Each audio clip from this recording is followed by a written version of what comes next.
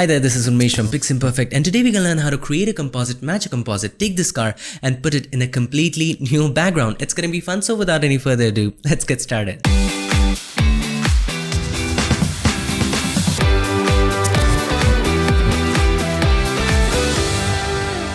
So here we are in Photoshop, and if you want to go ahead and download these photos, check the links in the description. So the first thing that we always have to do when it comes to creating composites is choosing the right image.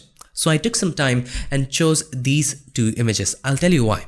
Let's analyze the light. Have a look at the light of this image. How does the light look like? It looks like the image was taken somewhere earlier in the morning or later in the day, maybe in the evening, and there's still a little bit of sunlight left. Okay, and that's why we have a hard-edged shadow, but most of it is soft.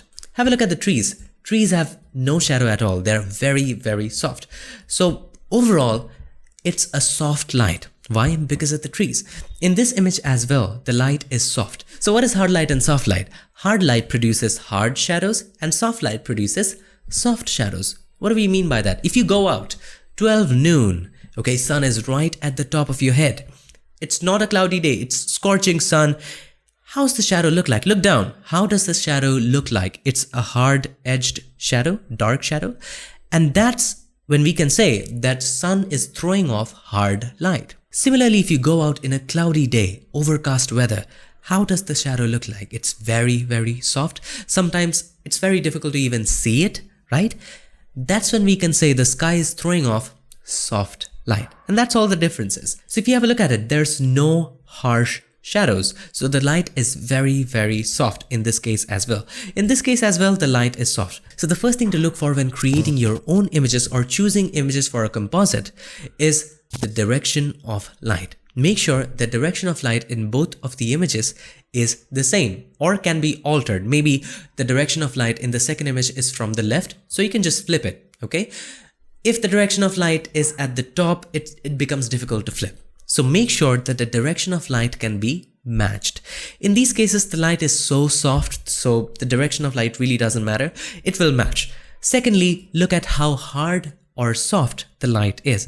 In both the images, as we just saw, the light is very soft, so we don't have to care about that. And the third thing that you always have to keep in mind is the influence of the environment on the object. In the first image, as you saw, we have the car and the trees, and on the car we have the reflection of the trees. So when we place the car on the second background, in the second background as well, we have trees, and that is intentional.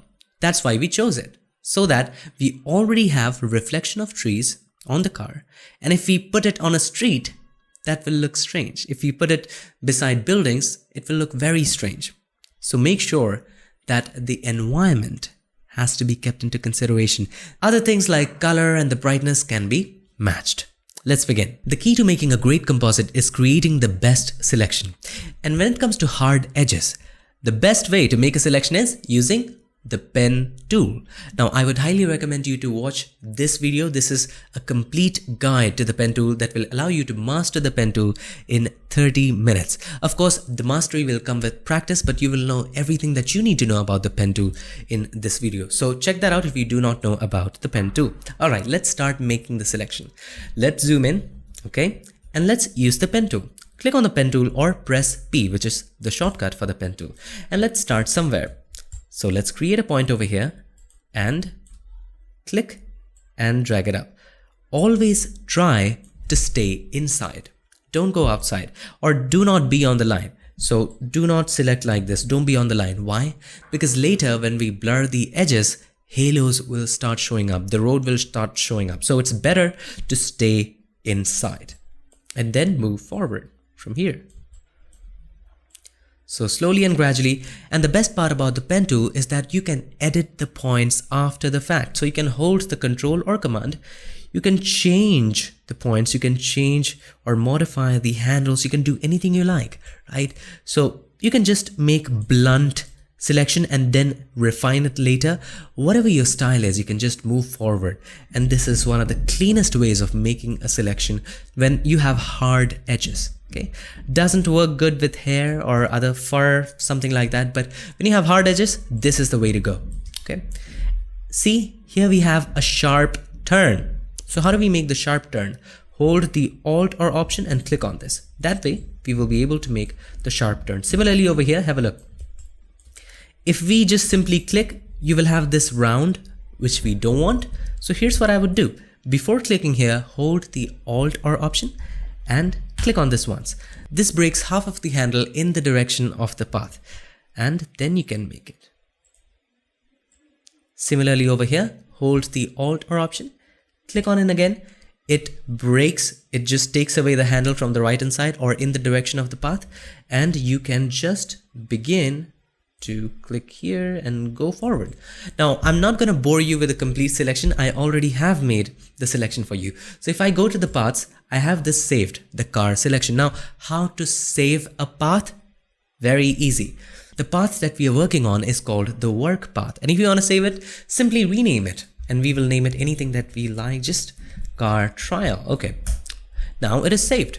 Now I already have one with the complete car selected. I'll just click over there, and as you can see, the car is completely selected, and I'll right click on it and choose Make Selection. We don't need any feather right now. Make sure it is 0 and hit OK, because we're gonna add softness to the edge later anyway. So hit OK and it makes a selection. Now come back to the layers and then click on the mask button. Just like that. And now you have the car selected. Now the best part about masks is that everything is recoverable. So if you want the shadows back, so I'll just take the brush, and with the mask selected, I'll just paint this area with white. So you'll get those areas back. And that's the greatest advantage. However, if you have put that on a new layer, it would have been destructive. So keep up with the masks because that is non-destructive.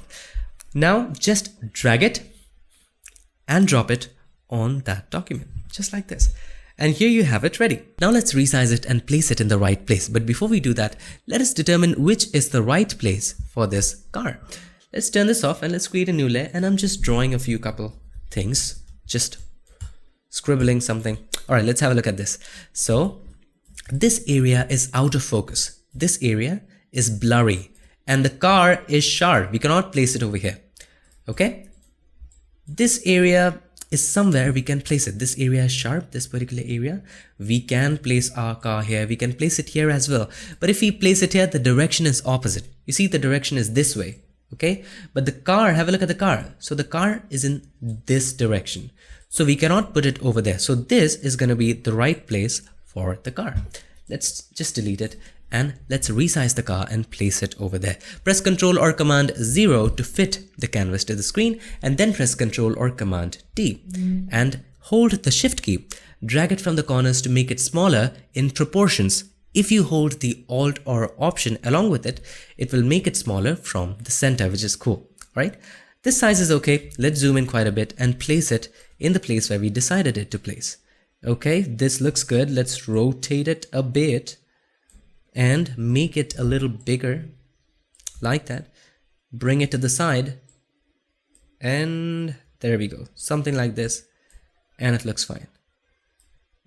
Now some of you might have an objection, why am I placing this car in the left? The thing is, in India, we drive on the left hand side. Maybe it's different in the US. Actually, it is different in the US and some other countries. So I've had a habit of just, okay, because that's what I do. Just hit enter. You can place it on the right, but I don't think it will fit on the right, will it? Probably. If you want to place it on the right, you can place it over here. Just make it smaller. You get the idea. Let's go back. Now and anyway, the road is empty, so nobody cares. Now it's time for us to create a shadow for this car. And let me show you one very interesting technique to do that. Make a copy of the car, press Ctrl or Command J. The one on the bottom, name that shadow. So this will work as shadow. And the one on the top, this is car. Okay. Now in the shadow, click on the mask and just zoom in. Press Ctrl or Command plus and zoom in and take the brush. And that's why we created a mask. Make sure the foreground color is white. Now what is the concept of mask? White shows up, black hides. Make the brush a little bigger by holding the Alt or Option. Right mouse button, drag it to the right to make it bigger, on the left to make it smaller. If you're using Mac, that would be Option, Control, and then drag with the right mouse button. So let's reveal some shadows. Let's paint in some shadows, reveal some. A little extra is okay because we're going to erase that anyway. Okay, that is great. We just want to keep the shadows. We do not want to waste the shadow which is already there. Why? Because if we create the shadow, no matter how hard we work, it's never going to be as natural as the original shadow. So how do we just keep the shadow? Well, you can take your time and try erasing it with black as the foreground color, but that's not going to be accurate. Let me tell you a way. Let us look at it in this light. What does the shadow do?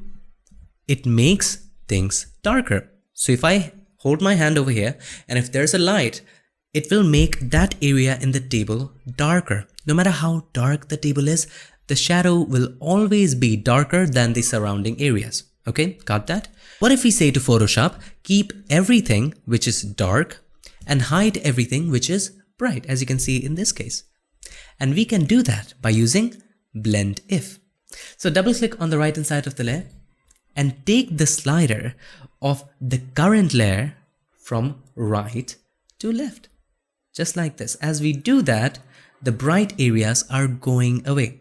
What that does is that it hides the bright areas of the current layer from the current layer. Make sense? No? So if we move the slider of the underlying layer just like this from right to left, that will move the bright areas of the underlying layer from the current layer. It will take it away. Are you getting it? So if we move the slider from right to left, it will hide the bright areas of the underlying layer, which is the road of the background, from the current layer, which is that of the shadow.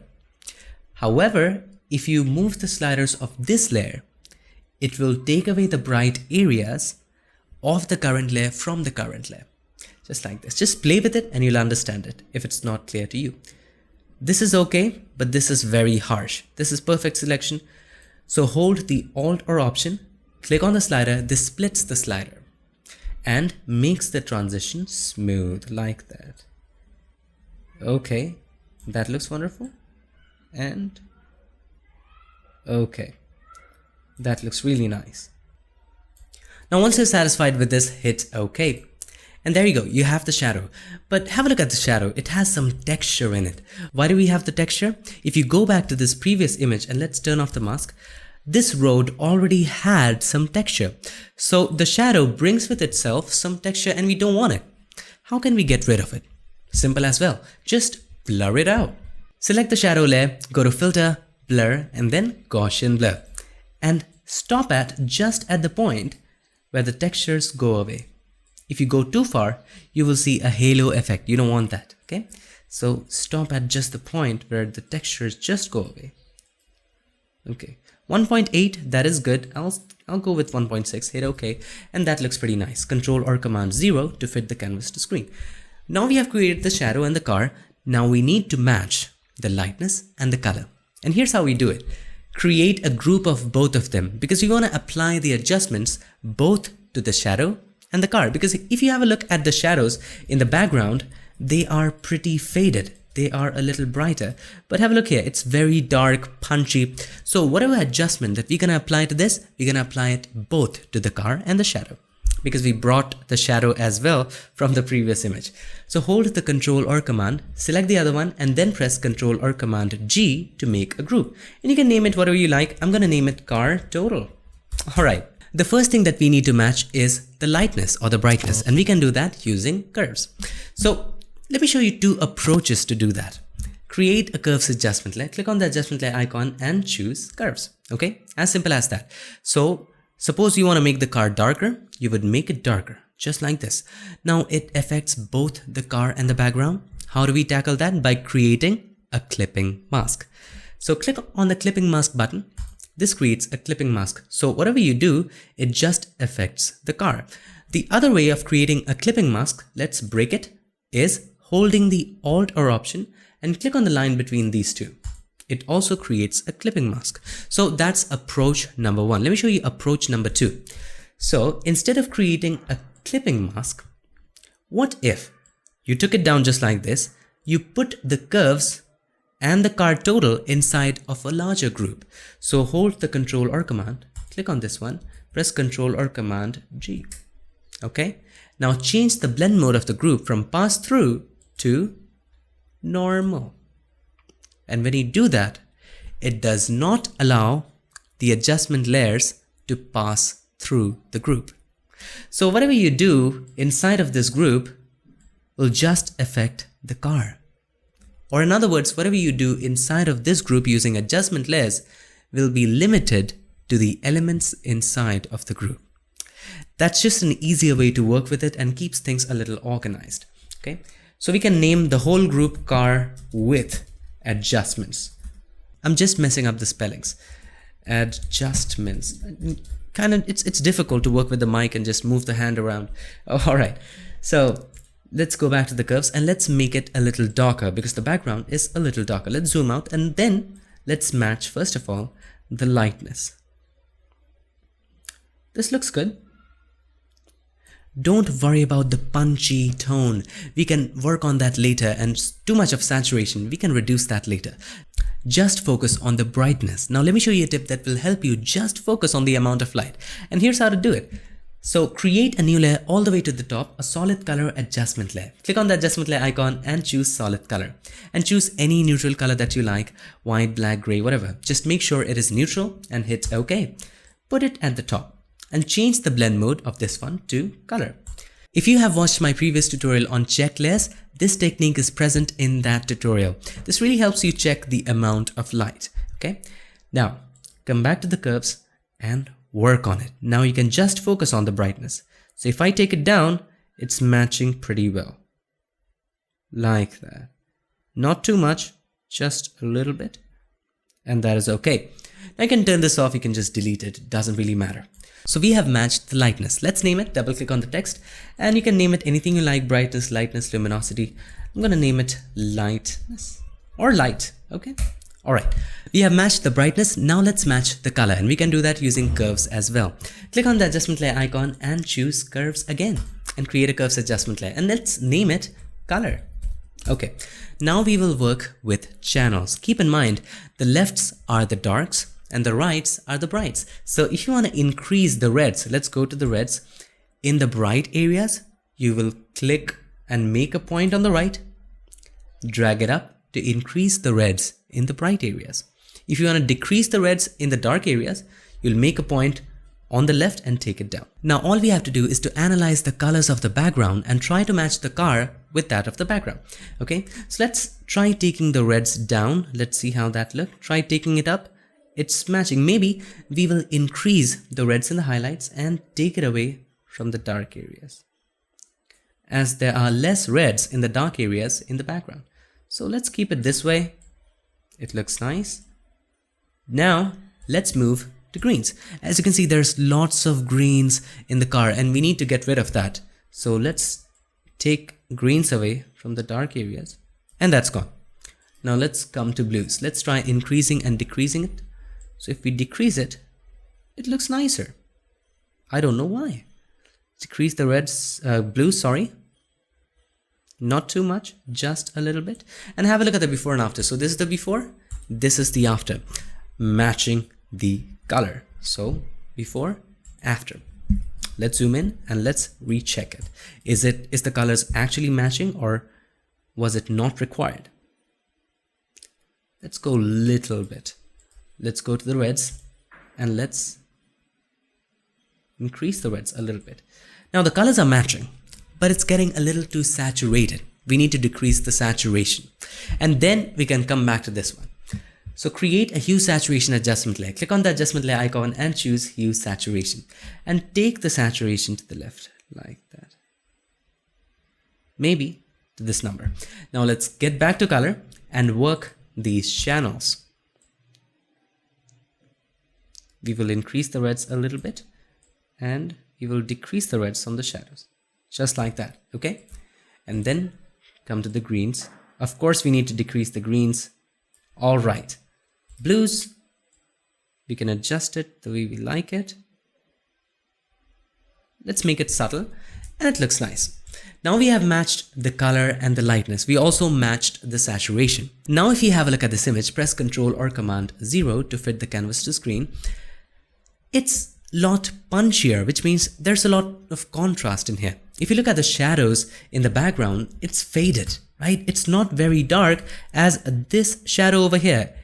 It has a lot of contrast, so we need to decrease the contrast, and that can also be done using curves. Click on the adjustment layer icon and choose curves and put it at the top.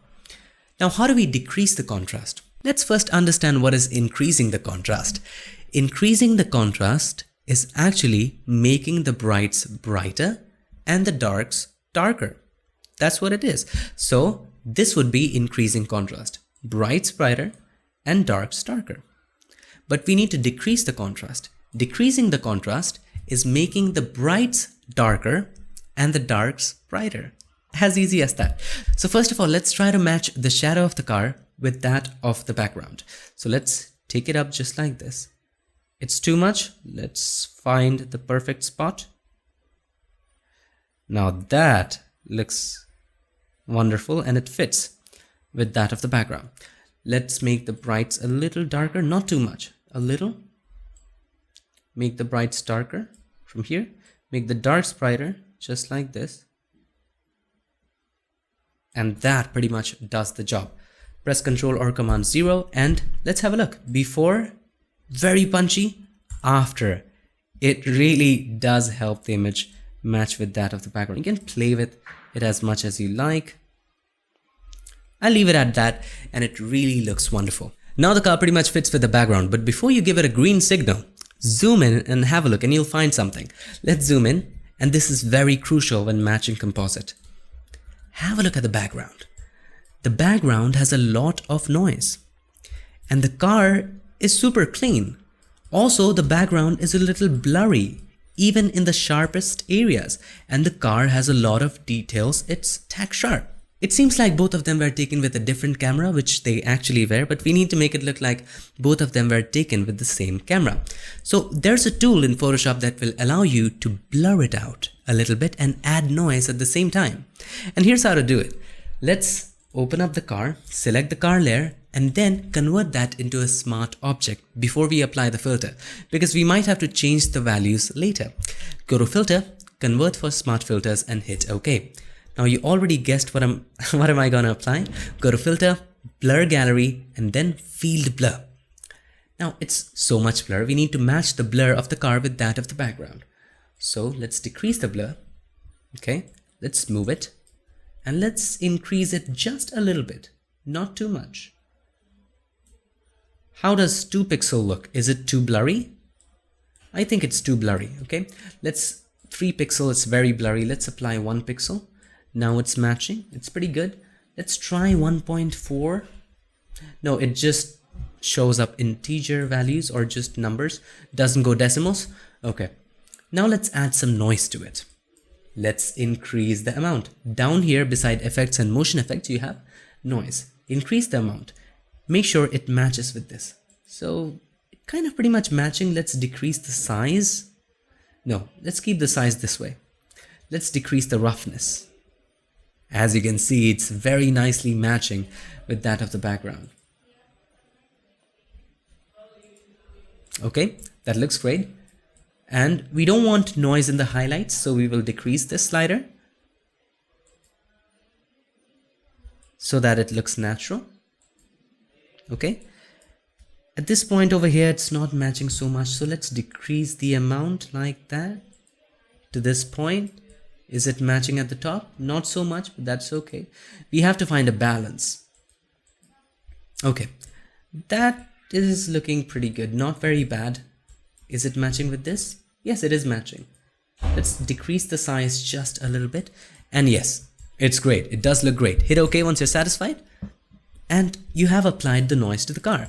Now, the shadow has also to be applied the noise. So select the shadow and convert that into a smart object. Go to Filter, Convert for Smart Filters. Hit OK. Now the shadow is also a smart object. Now, do you have to go again to Filter, Blur Gallery, and then apply it again? No. You just have to copy and paste the smart filters to this. So hold the Alt or Option, click and drag, and paste it on this layer. So the smart filters will also be applied to the shadows. Looks wonderful, doesn't it? Have a look. Really nice. But still, something is looking odd. You know what is odd? the edges are very, very sharp. And that is looking out very sharp. So here's what we will do. We will soften out the mask. But where is the mask? Because we converted this into a smart object, it along with the mask became a smart object. Can we get the mask back? Yes, we can. Just double click on it. And there you have the car with the mask, okay? And you can select the mask and you can directly increase the feather from here. Or if you want to do it custom, what you can also do, you can choose the blur tool and just start blurring it like that, okay? You can do anything you like. You can control the strength of the blur from this area. You can just blur it out a little bit. I'm gonna go ahead and add some feather, probably maybe 1 pixel. Yeah, that is great. 1 pixel is great. Looks good. Okay. All right. Now let's save it. File, save, and then close this one once you save it. Now it's saving, and as it saves, it will actually update it in this document. Let's close it. We don't need it. See, it made it smoother. Now the edges are smooth. Wonderful, isn't it? Press Ctrl or Command 0 to fit it, and we are pretty much done. But at the end, do not forget this step. If you want your composites to really match, apply a collective effect to the whole image, including the element and the background. Okay, and you can apply any effect that you like. That can be a simple curves adjustment layer, applying some contrast, anything. Just make sure that you apply an effect to the overall image, both to the element and the background. Okay, let's close the groups and let's add any effect. So we're gonna go ahead and add a color lookup table. So let's click on color lookup and you can choose anything you like. Just scroll through them, choose whatever you like. So everything looks good to me. I think I'm gonna stay with this. It looks wonderful and we are done. It's done. I would recommend that you take a break.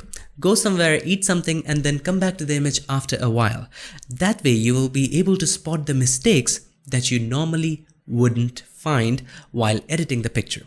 Alright? Now, we don't need anything else. It's pretty much done. Now, if you want to go back, you can go back and adjust any of the things that you have to.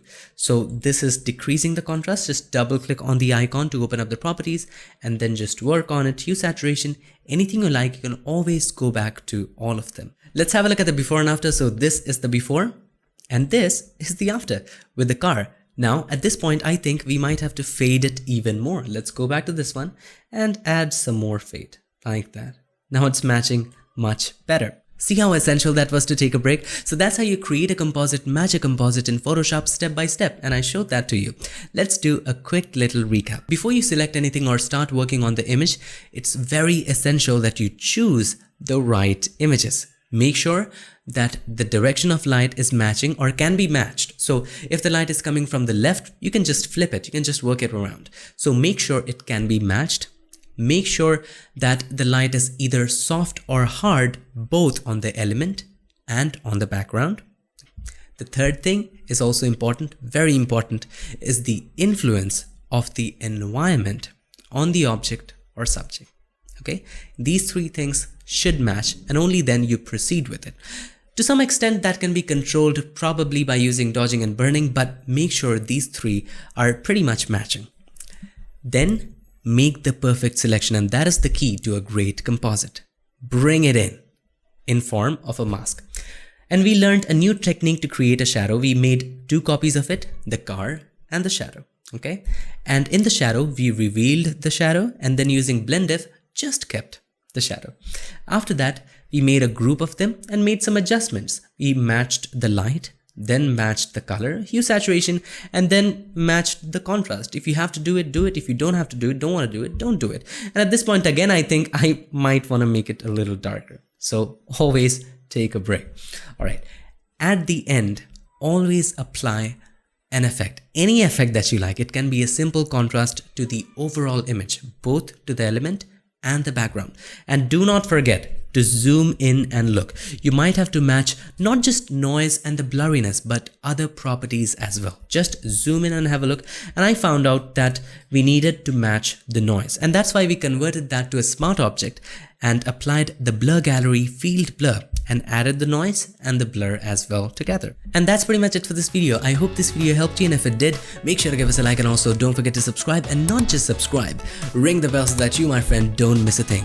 I would like to take this moment to thank all these nice people for supporting this channel on Patreon and helping keep PiXimperfect free for everybody forever. Thank you so much for all the support. Thank you for watching. I'll see you guys in my next one. Till then, stay tuned and make sure that you keep creating.